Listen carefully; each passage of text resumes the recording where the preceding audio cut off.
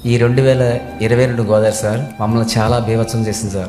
కానీ జగన్మోహన్ రెడ్డి పోలారానికి మేము సర్వం త్యాగం చేశాం సార్. కానీ 2020 గోదావరిలో మమ్మల్ని పాతాళాకం దక్కింది సార్. కనీసం నూనె కానీ బియ్యం కానీ ఎటువంటి సౌకర్యం లేదు సార్. మేము గత ఎంఆర్ఓలకు ఫోన్ చేశాం సార్. అక్కడ నుంచి సార్ మేము చాలా బాధల్లో ఉన్నాం సార్, రాను సార్, పలానా హాస్టల్లో ఉన్నాం సార్ అంటే రహదారి లేదు, రావటం కుదరదు, గోదావరి వచ్చిన తగ్గిన తర్వాత వస్తాం అని చెప్పి ఎంఆర్ఓలు ఉన్నారు సార్. అప్పుడు మీరు అదే టైంలో బస్ యాత్ర చేశారు సార్, ఏటపాక నుంచి రేకపల్లి వరకు. ఆ బస్సు యాత్రలో ప్రతి మహిళ చంద్రన్న వస్తున్నాడు, ఏ భరోసా ఇస్తాడు, మనకి న్యాయం జరుగుతుందని రోడ్డమ్మడి పడిగాపులు కాశారు సార్. మీరు చూసారు, అంగుళంకి మీరు ఆగారు సార్. ప్రతి మైలుకి ప్రతి అరమైలుకి ఆకుంటే వెళ్ళారు. విఆర్పురం వెళ్ళాక రైట్ 12 అయింది సార్. ఆ రోజు చెప్పారు, మీరు వచ్చేది నేనే ముఖ్యమంత్రిని, మీ అందరికి భరోసా నేను ఇస్తా, నేనున్నాని మీరు భరోసా ఇచ్చారు సార్.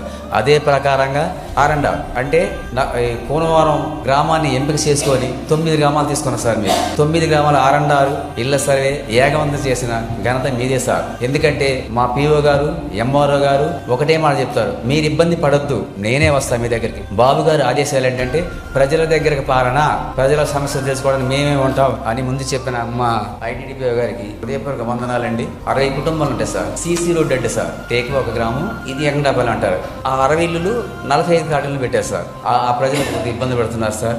దాన్ని కూడా ఒక ఎంక్వైరీ చేసి న్యాయం చేకూర్చాలని కోరుకుంటున్నాను సార్.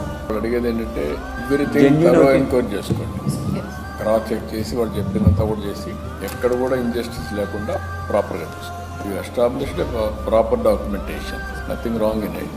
ఏమాత్రం అన్యాయం జరగకుండా టోటల్గా క్రాస్ చెక్ చేసి డాక్యుమెంటరీ జిఐఎస్ తీసుకోవచ్చు, పొజిషన్ తీసుకోవచ్చు, అవన్నీ కూడా పెట్టండి. అవి పెడితే ఎవరేం మాట్లాడరు, అన్నీ కూడా ఆధార్ అథెంటికేషన్ పెట్టి చేయండి. అది నువ్వు వాళ్ళకి చెప్పు, ఛాలెంజ్ నీ మారి కాదు ఈ గవర్నమెంట్ అంతా కూడా ప్రజలకు అనుకూలంగా ఉంటుంది, నీకు గట్టిగా ఛాలెంజ్. ఇదేం కాదు.